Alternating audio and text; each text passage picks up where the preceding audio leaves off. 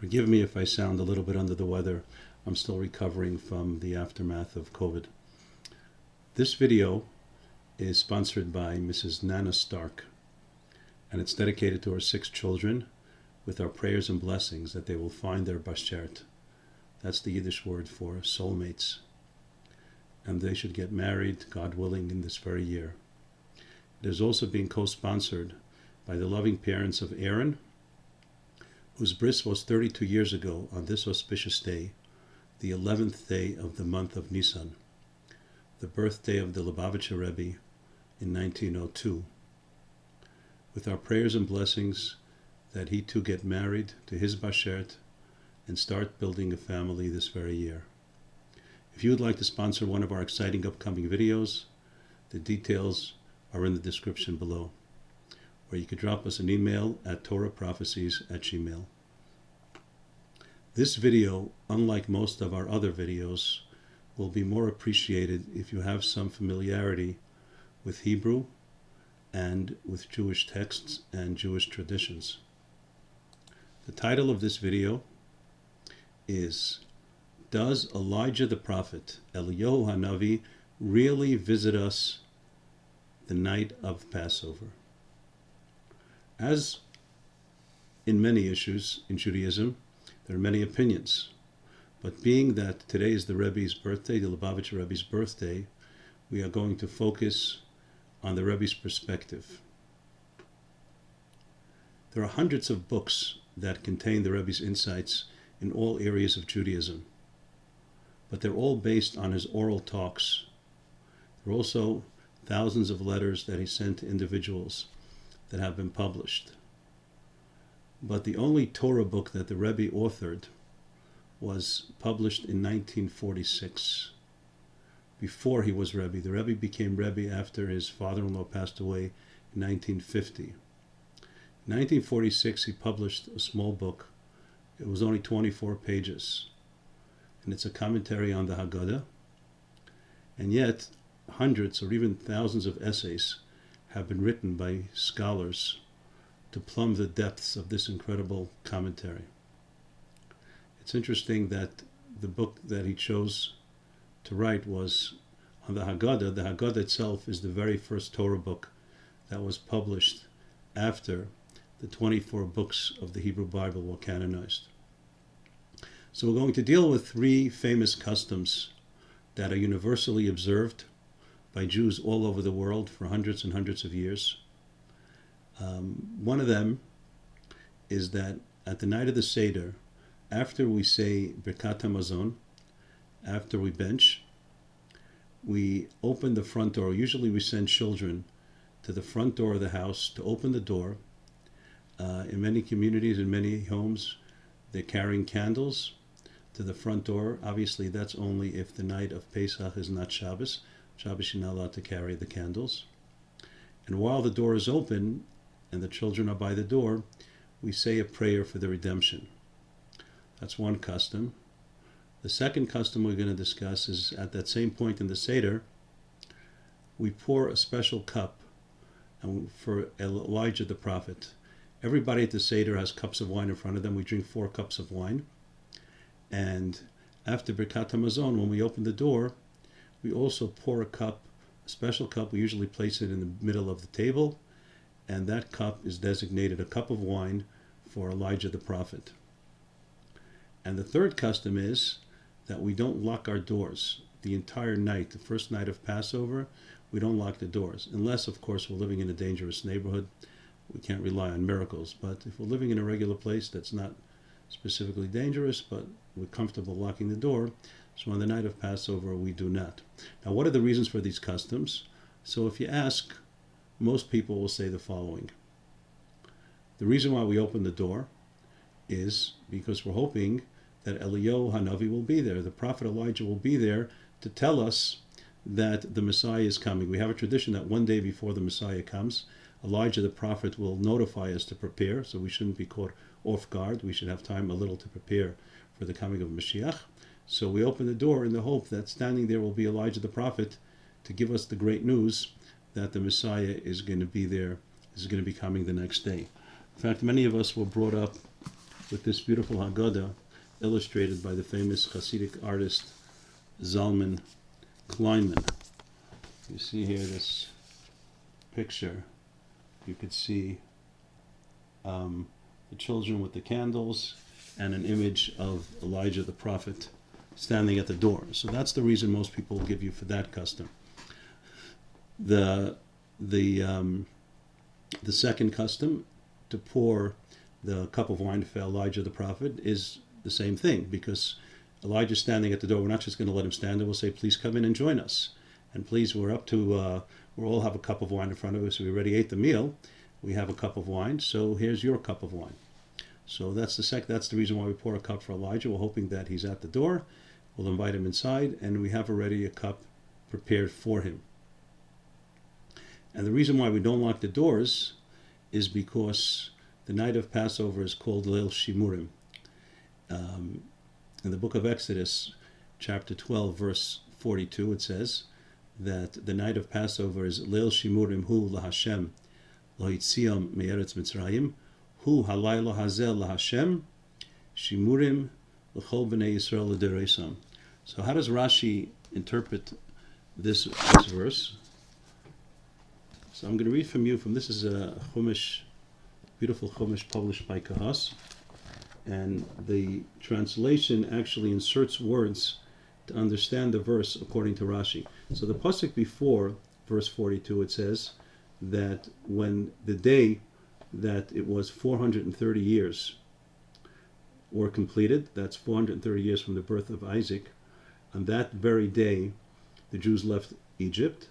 And then it says that the night preceding that day, I'm reading the English here, was a night of expectation for God. So shimurim in this context means expectation. Like it says by Joseph when he told the dreams and the brothers made fun of him, it says v'aviv shamar es hadavar, his father was hoping and expecting that the dreams would one day be fulfilled, which they actually were. So here we say shimurim, leil shimurim, it was a night of expectation to which God anxiously looked forward all the years to fulfill his promise to take them out of the land of Egypt. This was the night that God referred to when he told Abraham, on this night I will redeem your descendants. So all these years from the time of Abraham, 430 years, God was anticipating and expecting and anxiously looking forward. Leil Shimurim, this was the night of expectation. Then it says again, in the verse, it says again, Hu halayla hazeh shimurim l'chol b'nei Yisrael dereisam. It says again that this night is shimurim. So what does it mean the second time? So according to Rashi, it means something else. It's the same word, but it means something else. Here it means this night remains an annual time of protection. Shimurim, from the Hebrew word shmira, which means to watch and protect. So it's a time of protection for all the Jews against all forces of destruction throughout their generations.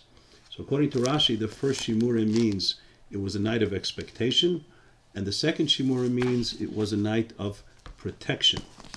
Now actually, in the Talmud, in Tractate Rosh Hashanah, page 11b, there's actually a dispute from two Talmudic sages, Reb Eliezer and Rebbe Yeshua.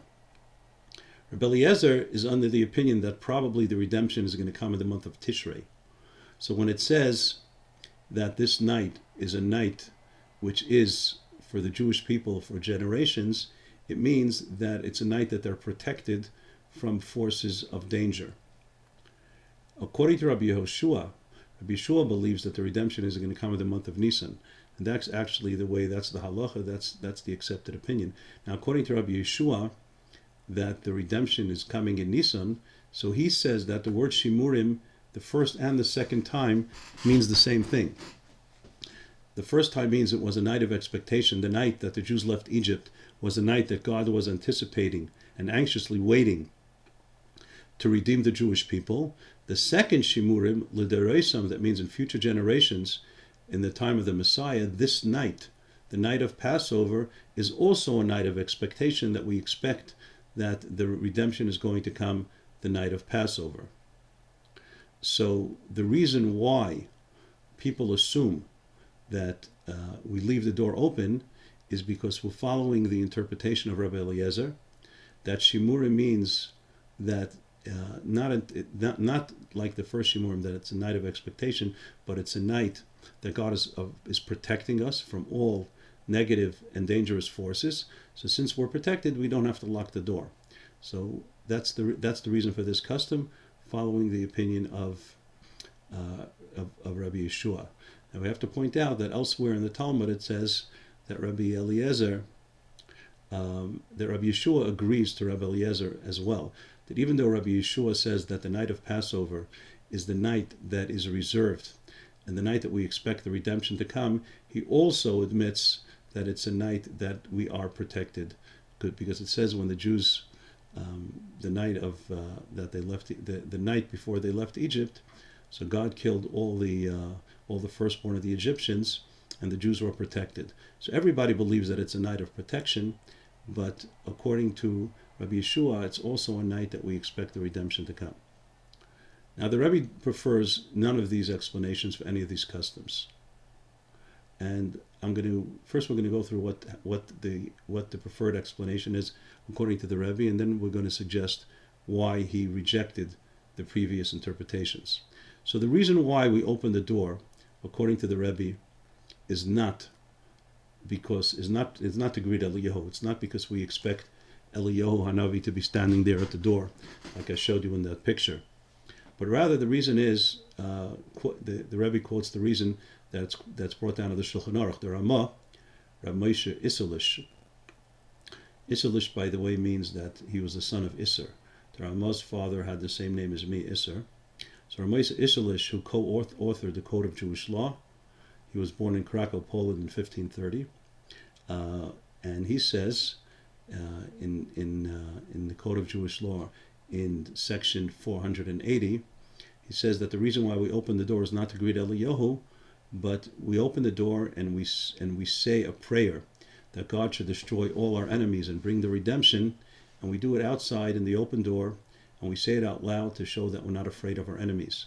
So the reason why we open the door is not to greet Eliyahu, but because to show that this is a night, Leil Shimurim, that God protects us, so we're not afraid of our enemies. That's the reason that's brought down in the Shulchan Aruch, and that's the reason in the Rebbe's Haggadah, that's the reason that he prefers. The reason why we don't lock our doors the entire night of Passover, the Rebbe prefers not the interpretation because we're not afraid and we're protected, but rather he prefers the explanation that's based on the opinion of Rabbi Yeshua, that the night of Passover is reserved for the redemption. In other words, the interpretation that we are expecting and anticipating, Leil Shimurim, that we're anticipating that the redemption is going to come on the night of the redemption. Now, what does that have to do with keeping the door open?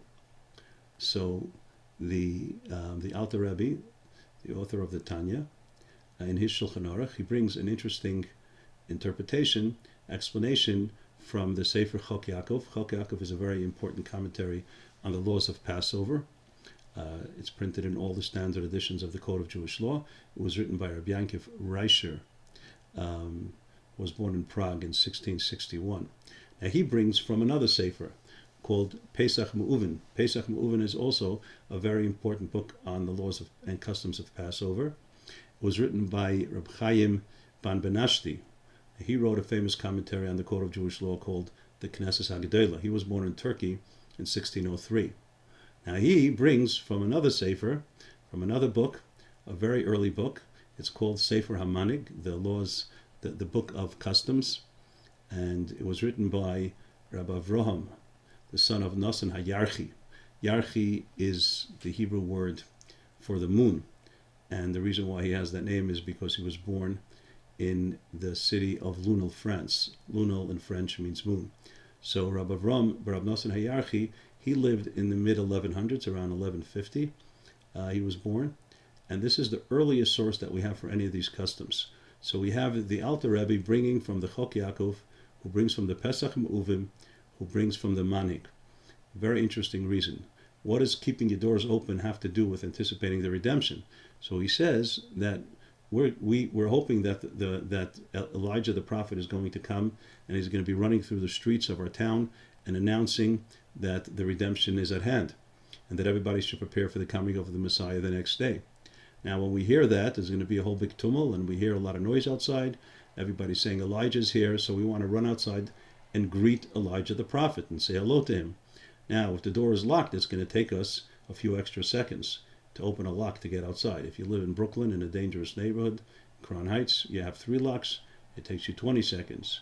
If you live in Pomona, New York, you have only 1 lock. It takes you 5 seconds. But still, we don't want to have waste those extra seconds. We want to be able to run straight out the door to greet Eliyahu. So that's why we keep the door open. That's the reason that the Rebbe prefers.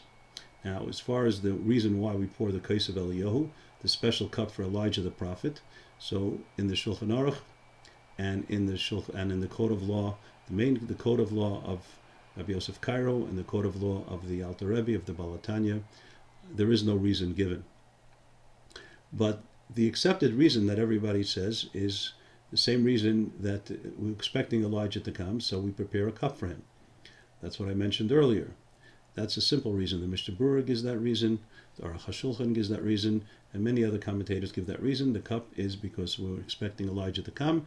We're going to invite him into our house, and we're going to show him that we even prepared a cup of wine for him to join us for the Seder. The Rebbe dug up a very obscure source, another reason that the Rebbe prefers why we pour the cup of Eliyahu. So this is a sefer here. I printed this out. This is the cover page. It's a very it's not a very well known book. It's called Birkas Eliyahu. It was written by a big rabbi. His name was Eliyahu, the son of Yaakov, and it is actually a commentary on the Talmud, on several tractates of the Talmud, Baba Kama, Ksubas, Gittin, Kedushin, and it was published in Wenzebach, Germany in 1728. Now, the last couple of pages, we find in a lot of books like this, because when they publish books, hard-covered books, so they print them on big sheets and then they fold the sheets. So there has to be a certain number of pages in the book. So sometimes there are extra empty pages in the back. So some books just leave them empty, but Jewish books, they don't want to waste space. So a lot of times you have a book about one topic and there's an extra page or 2 or 3 in the back, and we'll say, in order that these pages shouldn't be empty, we stuck something else in here that is interesting but really has nothing to do with the rest of the book, but just so the pages shouldn't be wasted. So in the very last pages of this book, that's a commentary on the Talmud, there are a few pages there that have interesting insights from Rav Moshe Chagiz. Rav Moshe Chagiz was a huge scholar, and he was a mystic, and he was also very well versed in the sciences. He spoke many languages. He wrote an important commentary on the Code of Law called Leket HaKemach. He was born in Jerusalem in 1671. So the last couple of pages of this book that the Rebbe dug up, this obscure book, it has one of the things that he discusses there is why we have the cup for Elijah the prophet. So Rav Moshe Chagiz says that if we look in the Pirkei de Rabbi Eliezer, Pirkei de Rabbi Eliezer is one of the earliest midrashic books that we have. And if you look at chapter 29 over there, it says that God told Elijah the prophet, he commanded him that he has to participate in every bris. Every time a Jew makes a circumcision, he has to come. Why? Because God tells him that, Elijah, you are a big kanoi. Kanoi is a hard word to translate because people translate it as a zealot. Now, zealot has very negative connotations. Usually, a zealot means a fanatic and somebody who's not really balanced. But in this case, it doesn't mean that, because Elijah was a really, really holy and special person. He was a great tzaddik, and he was passionate about God, and he loved God. And when you love somebody, it really hurts you when people hurt the person you love, and therefore people that rebelled against God and made fun of God and disrespected God, he hated them. He hated evil because he loved goodness. So his kanois, or zealotness, came from a good place, not from a bad place. But nonetheless, God was not so happy with him because God doesn't like when you put down Jews, and especially when you kill them, even if they're bad. So we know Pinchas, before he became an angel, he was a person. Pinchas ben Elazar ben Aaron HaKohen. He was a grandchild of Aaron, the brother of Moses. And in the book of Bamidbar, in Numbers, chapter 25, it has a story there where he killed Zimri. Zimri did a despicable thing, and God was ready to punish a lot of people who were involved in doing similar things. And Pinchas went and he killed Zimri, and he saved the day by killing Zimri. So that was an act of kanois. And then again, after he became an angel, Pinchas became Eliyahu Hanavi, and as recorded in the book of Kings 1, chapter 19, it has the whole story there of how he killed all the false prophets, all the pagan prophets. They were Jews, and they were prophets to the pagan idols, and he had them all killed. Again, because of his love for God and his hatred for those that rebel and defy and disrespect and make fun of God. But nonetheless, God was not so happy about that, because these were Jews, and God is not happy when you put down Jews, even if they deserve it. So God told him, you know what? I want you to see how great the Jewish people are. I want you to be present throughout the generations where Jews, even in the most difficult times, even in times where circumcising your child was very dangerous and sometimes punishable by death, I want you to be present at every single bris. Jews all over the world, even secular Jews, all kinds of Jews. They all circumcise their children. I want you to see how great and beautiful the Jewish people are. And therefore, I want you to be present at every single bris. So based on that, or Moshe Chage says that similarly, Eliyahu Hanavi is also has to come to every Seder. Why? Because in order to have a Seder in the time of when we have a proper Seder in the time of the temple, then in order to partake in the Korban Pesach, in the Pesach sacrifice, you had to have a bris. If you didn't have a bris, if you weren't circumcised, you couldn't eat from the Korban Pesach. And it says the night of Yetzias Mitzrayim, the night that the Jews left Egypt, all the Jews, many of the Jews except those from the tribe of Levi, were not circumcised, and they all circumcised themselves. And it was very difficult. Most of them were adults. It's not an easy procedure. They all circumcised themselves. So the night of the Seder is intimately connected to the mitzvah of bris milah, and therefore Eliyahu, who is responsible to participate in every bris milah, also has to participate in every Seder. So that's why Moshe Chage says we pour a cup for Elijah the prophet, because he's coming to the Seder, the same reason why he comes to a bris, not to announce the redemption, but just because he has to come to the Seder for the same reason that he comes to a bris. Now the question is why the Rebbe had to dig up this obscure source in the back of an unknown book of Rav Moshe Chages, and why didn't he just accept the simple reason that everybody accepts, that the reason why we pour the cup for Elijah is because we expect that Elijah is going to come, like we said before, that the night is shimurim, like Rabbi Yeshua, that this night is the night that we expect that the redemption should come.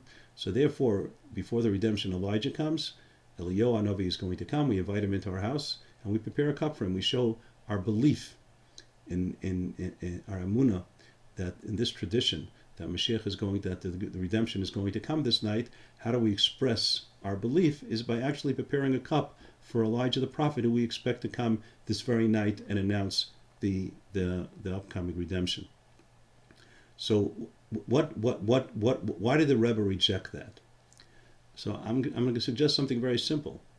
Once the Rebbe accepted the reason that the Alter Rebbe, the first Lubavitcher Rebbe, he brings down in his code that the reason why we keep the doors open a whole night is not because we're protected, so we're not afraid of thieves coming into our house. That's not the reason. The reason is that we expect Elijah to come running in the streets, and we want to run outside to greet him. Now, if Elijah is running in the streets and we're running outside to greet him, that means he's not coming into our house. So that's not why we open the door to greet Elijah, because he's not knocking on our door. He's running through the village. He's running from one city, from one town to the other, announcing the redemption. He has no time to knock on everybody's door, and he surely has no time to come inside and to sit down by everybody's Seder and drink a cup of wine. So obviously that's not the reason. Once we accept what the Manik says, that we're running out to greet Elijah, he's not coming to us, but we're running out to him, then obviously we have to reject the other two reasons. That the reason why we open the door is not to greet Elijah, Eliyahu Hanavi, and the reason why we pour the cup is not because he's coming in, because to join our Seder, because he's announcing the redemption. He came to our neighborhood to announce the redemption, so we're inviting him in to have the cup of wine. That's not the reason why we pour the cup of wine. Now, there's a big difference the way Eliyahu comes when he announces the redemption and the way he comes to a bris. Because when he comes to announce the redemption, Eliyahu Hanavi he was a person, he became an angel. And he has the unique power, because he started off as a human being and he became an angel, he has the unique power, he could always transform himself up and back, from an angel to a human and back. So most angels are angels and they stay angels, and human beings are human beings, either one or the other. Eliyahu Hanavi is both, and he could take on both forms. He could be a human being and he could be an angel. So when he comes to tell us that the Messiah is coming, he's coming as a human being, he's coming as a person. How do we know this? Because the Talmud in Tractate Eruvin, page 43, discusses an interesting idea. There's a halacha, there's a law on Shabbat that you're not allowed to walk outside the perimeters of your city more than 2,000 amma. An amma is a biblical measure. It equals 2,000 ammas equals about 3,300 feet. You're not allowed to walk outside your city unless you make certain provisions. You make an eruv. We're not going to go into that. So the question is, if you're not walking on the ground, but you're going above the ground, 10 tefachim above the ground, which is about 30 inches, which is considered hovering in the air, not traveling on the ground, if you're allowed to travel outside this 2,000 amma limit, if you're not actually walking. Now, how do you travel if you're not walking? So there's three possibilities that the commentaries give. One is that if you're a mystic, they know how to fly. They use certain divine names and they have the power to fly. So let's say you're a human being who's a mystic and has this power. Are you allowed to fly out of your city more than 2,000 ammas? Another simple way for regular people, not mystics, is if you're going in a boat outside your city. So you're going 2,000 ammas in a boat, and the boat is more than 30 inches above the bed, the bottom of the river or the lake. So you're hovering above the ground level. So the question is, if you're allowed to do that, if you're allowed to leave the perimeters, the 2,000 amma perimeters of the city. And the simplest way to do it is also if you're walking on a wall, let's say a thin wall that's 10 tefach, that's more than 30 inches high. So you're not on ground level, you're walking on the wall. And are you allowed to walk outside the perimeters? So that's the question. So the Talmud says that if you're not allowed to do it, then Elijah the prophet will not be able to come on Shabbos or Yontif to tell us that the Messiah is coming, because the Talmud for some reason is assuming that when Elijah announces that the Messiah is coming, the first place he goes, and the most important place to go, is to the Supreme Court of the Jewish people, which is called the Sanhedrin. The Sanhedrin, the Bezdin HaGadol, and they reside in Jerusalem, or right before the Messiah comes. The Talmud says in Rosh Hashanah, page 31, that since the last place, after the destruction of the second temple, the last place that the great Sanhedrin resided was in Tveria, and then it was disbanded, and it hasn't been reinstituted since then. So the last place was in Tveria, that's the northern part of Israel. So we have a tradition that they will reemerge there before the Messiah comes, and that will be their first place, and then they'll travel to Jerusalem. So in either case, Elijah, before he comes, he has to present himself in front of the Jewish Supreme Court, and we're assuming for some reason that he's not going to be in that vicinity, and in order to get there, he's going to have to go more than 2,000 ammas. So we'd have to fly, since he has these spiritual powers.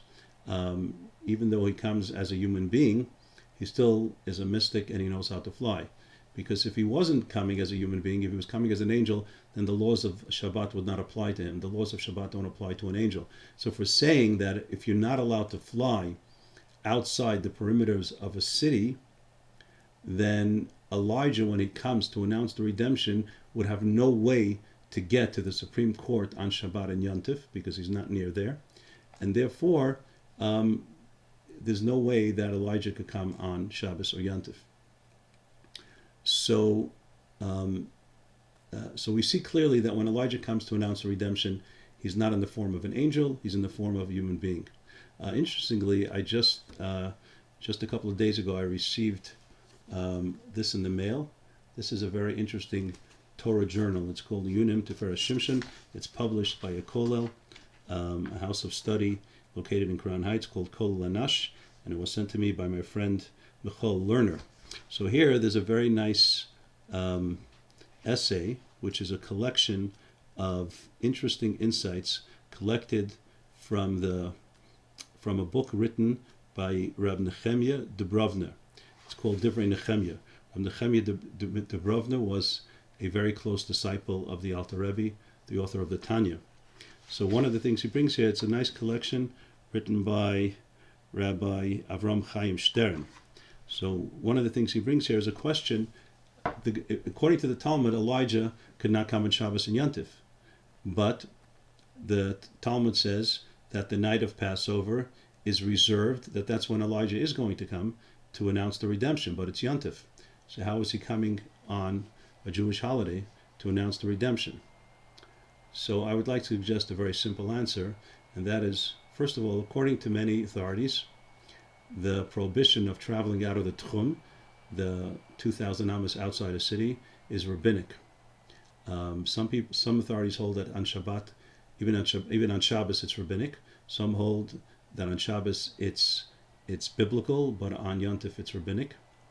And according to them, obviously, when the rabbis instituted this prohibition, it does not apply to Elijah, because since the Torah already designated Leil Shimurim, it's a biblical designation, that the Torah already designated the night of Pesach for Elijah to come and announce the Geula. So when the rabbis said that you're not allowed to travel on Yontif outside the Tchum, then obviously it wouldn't apply, because they can't override a biblical injunction or a biblical designation that Elijah is allowed to come. But even if it's biblical, it's possible that it doesn't apply, because many times the Torah says things that are forbidden in certain circumstances, but permitted in other circumstances. For example, like a Jew is not allowed to wear a garment that has wool and linen mixed together. That's called shatnez.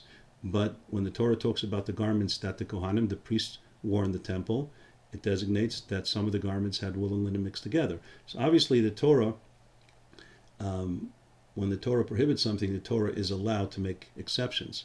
So since the Torah, even if it's a biblical prohibition to travel outside of the Tchum, the Torah itself, which designates this night as Leil Shimurim, designated for Elijah to come, so it wouldn't apply to him.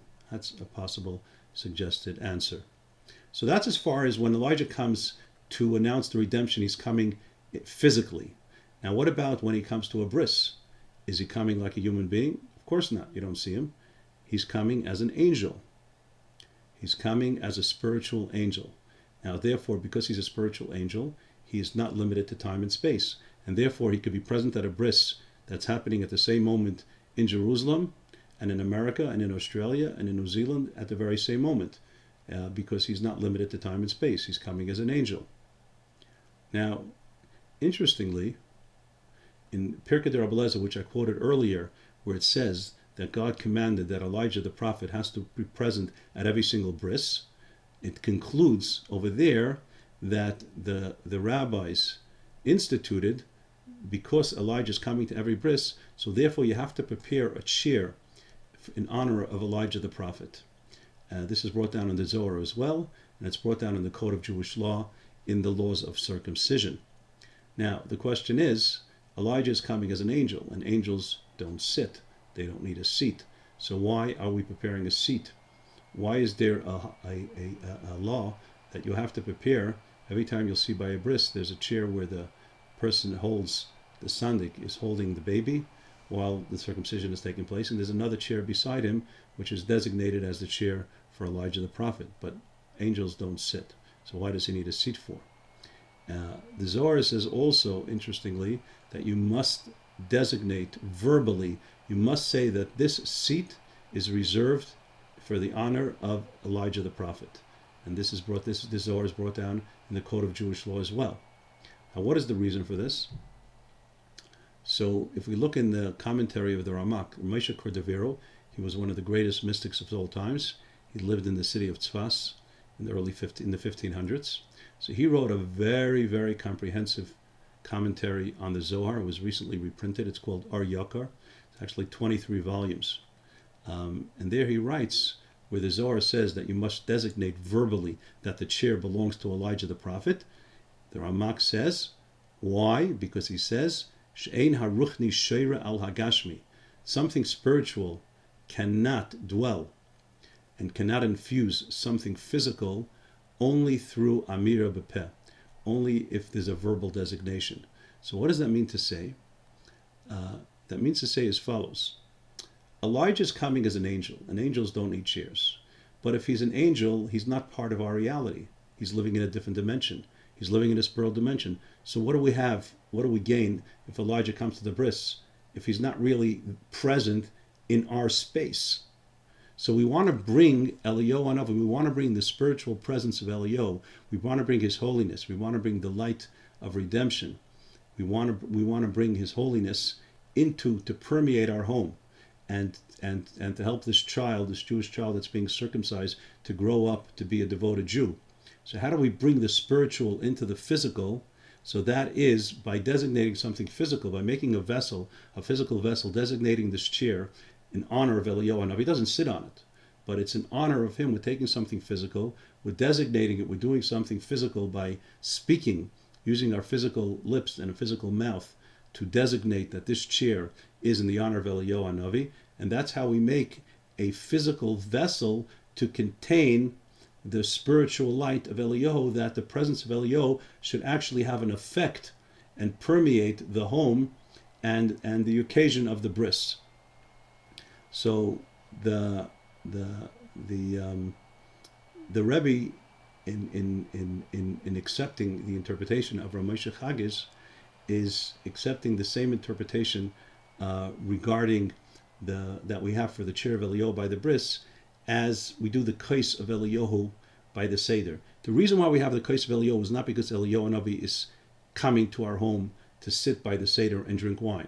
He's an angel, and he doesn't sit, and he doesn't drink wine. And he's not coming to be Mavasar the Geula, he's not coming to tell us about the redemption. He's coming at the Seder, the same reason why he comes to a bris, because the Seder, we said, is intimately connected to a bris, because you can't have a Korban Pesach without a bris. So the reason why we prepare the cup is we want to do something physical, that should be a vessel, that the presence of Eliyahu Hanavi is coming to the Seder. But how do we relate to that? How do we connect to that? How do we bring Eliyahu into our physical space? By designating something physical in his honor. And this is the exact same reason why we have a chair for Eliyahu Hanavi by a bris. According to the Rebbe, that's why we have a Koshel Eliyahu by the Seder. Now, it's possible, I'm just suggesting, it's interesting that the Rebbe used to use, a lot of people have the custom, because Eliyahu Hanavi is a very important person, so the cup of Eliyahu Hanavi is a big, beautiful silver cup, much bigger, much nicer, much more expensive than all the other cups, because obviously in his honor, we don't give him the same cup that we all have. By the Rebbe, it was the contrary. Everybody had a silver becher, silver cup, and for Eliyahu Hanavi, when the Rebbe used to make the Seder in the home of his father-in-law when his mother-in-law was still alive, after his father-in-law passed away, for many years he conducted the Seder in his mother-in-law's home in 770, and he used to use a glass cup, which is less important and less prestigious than a silver cup. And then when the Rebbe used to make the Seder in his house, it's interesting, he used to use a becher with a leg. According to the Kabbalah, according to mysticism, the becher that you make Kiddush in should sit on your hand. There shouldn't be a leg. It should be just a flat becher. Now, the cup that the Rebbe used in his house for Elijah was a becher that you're not even supposed to use for the 4 cups or to make Kiddush, because it has a leg. And according to the Kabbalah, it's not appropriate. So the Rebbe is using something specifically that you can use as a becher. Maybe just to make this point, Eliyahu Hanavi is not using this becher to drink or to make kiddush or to make a bracha on the 4 cups. It's just a physical vessel in honor of Eliyahu Hanavi to bring Eliyahu, the spiritual dimension of Eliyahu, to have it permeate our physical space. Another thing is also interesting is that the Rebbe instituted something new. The custom throughout the generations and in all Jewish communities throughout the world is that we pour the cup for Elijah when we open the door. After we say the grace after meals, after Birkas Hamazon, we open the door. That's when we pour the cup for Elijah.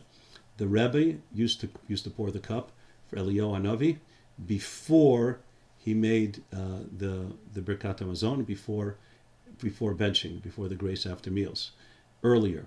The Rebbe explained is that the reason why the custom is to pour the cup of Eliyahu towards the end of the Seder is because it's explained in the commentaries that the first half of the Seder is designated to celebrate leaving Egypt, Yetzias Mitzrayim.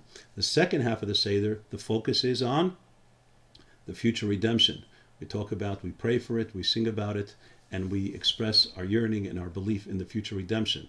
So Eliyahu Hanavi, which is connected to giving us the news about the future redemption, he belongs at the second part of the Seder. But when does the second part of the Seder start?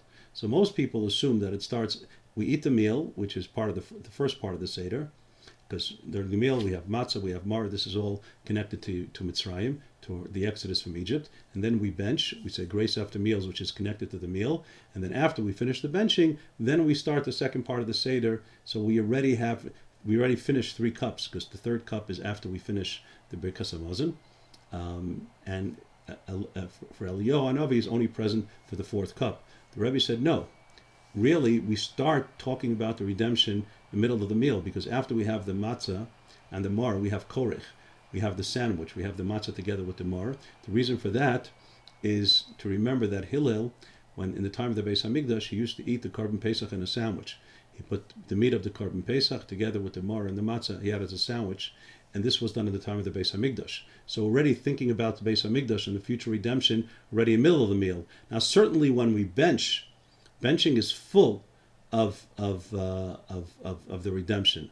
We say in benching, we pray, Rachem Hashem Elokeinu, Al Yisrael Amecha, Hashem should have pity on the Jewish people, on our nation, Al Yerushalayim, on the city of Jerusalem, Al Tzion Mishkan Kvedecha, then we say, B'nei Yerushalayim Yirah Kodesh, we pray that Jerusalem should be rebuilt. I say, Harachmon Yivorech Es Eliyahu Hanavi, we bless Elijah the prophet, and we say, V'yivasalan B'sayis Tevis, Yeshua T'nechamis, he should come and give us the news about the redemption. So the Birkas Hamazon is full about redemption. So the Rebbe used to pour the cup before Birkas Hamazon. Now, if that's the case, if Elijah was coming to actually participate in the Seder, we'd have to have 2 cups for him, because according to the way the Rebbe did it, he was present for the 3rd and the 4th cup. But again, the reason why, according to the Rebbe, that we have Kaish Eliyahu is not because Eliyahu Hanavi, we expect him to come and actually drink the cup. He's not coming physically, he's coming spiritually, and the designation is only to do something physical in order to bring the holiness and the presence of Eliyahu into our space. Now, we said before that the Zohar says explicitly, and it's brought down in the Shulchan Aruch, that when you prepare the seat for Eliyahu Hanavi, you have to designate it verbally. You'll see by every bris, if you pay attention, the Moel says this chair is designated Zeh HaKisei Shel Eliyahu Hanavi. This is designated for Eliyahu Hanavi. Now, Rav Moshe Chagiz, who says that the reason why Eliyahu Hanavi comes to the Seder for the same reason that he comes to every single bris, he says the same thing. When you pour the cup of Eliyahu Hanavi, you have to designate verbally that this cup is designated for Eliyahu Hanavi. Now, I don't know if the Rebbe did that or not. There were many people that were present when the Rebbe used to make a Seder in the home of his mother-in-law, so people were allowed to come in, and many people were there, and they wrote records of what the Rebbe did. I haven't seen anybody talking about the Rebbe mentioning anything. Maybe he did it quietly, maybe people didn't notice. But what was interesting, which is connected to this, is that after the Seder, the Rebbe used to take the cup of Eliyahu Hanavi and pour it back into a bottle of wine, because it was unused, so obviously you're not going to spill it out. You're not allowed to waste the wine. So you take the wine and you pour it back into the thing. But the Rebbe didn't just pour it back in. He poured it back dozens of times. He poured it in, and then poured it back out, and then poured it in and out and in again. And this whole time, it took about 15 minutes pouring the cup of Elijah into the jug of wine over and over again.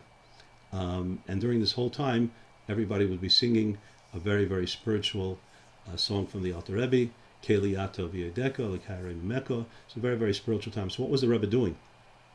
I just want to point out that it took 15 minutes for all this pouring up and back, over and over again, into it, back, in over and over again.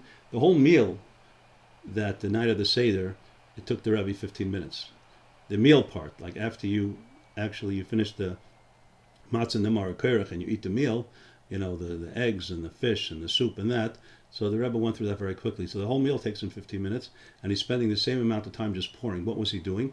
He was taking this cup of Elijah the prophet, which is designated for Elijah the prophet. He wanted to make a vessel for it, to bring it down into this world, to bring the power and the holiness and the spirituality and the redemptive powers of Eliyahu, in the light of Eliyahu, to bring it down into this physical world, to bring it out into the jug, which is the vessel to contain the spiritual force. And he was doing it over and over again to make it really, really permeate our physical reality. So maybe that takes the place of the verbal designation, because this is even more physical. A verbal designation, you're moving your lips, but this is very, very action oriented.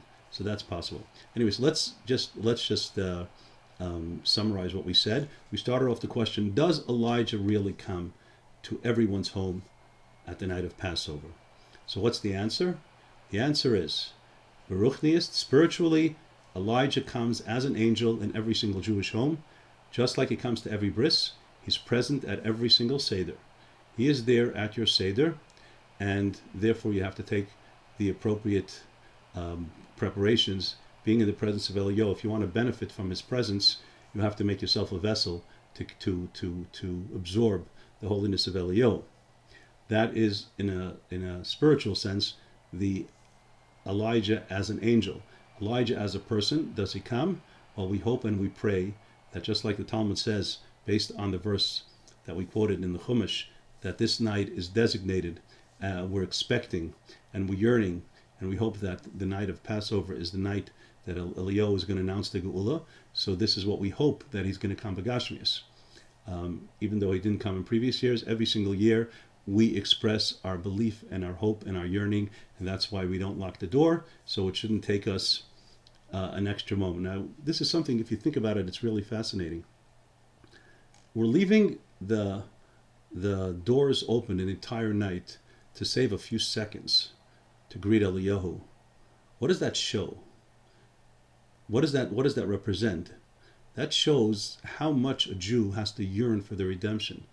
We're waiting so long to be reunited with God, to have this special relationship with God, to not have to waste our time with all the silliness that surrounds us and all the darkness that surrounds us, and be able to focus on the positive, to be able to focus on the spiritual, to be able to focus on having a meaningful life and a spiritual life and a life which is devoted with love to God and with love to mankind.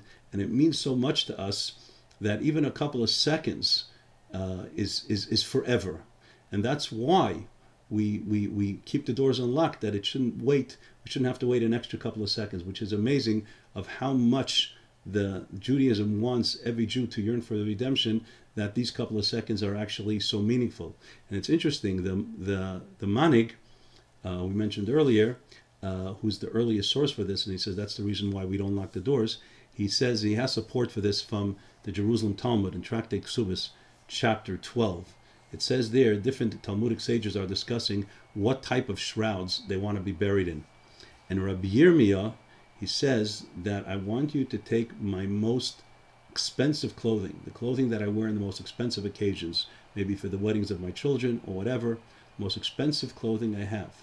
And I want you to give them to the cleaners and press them and put me on these clothing.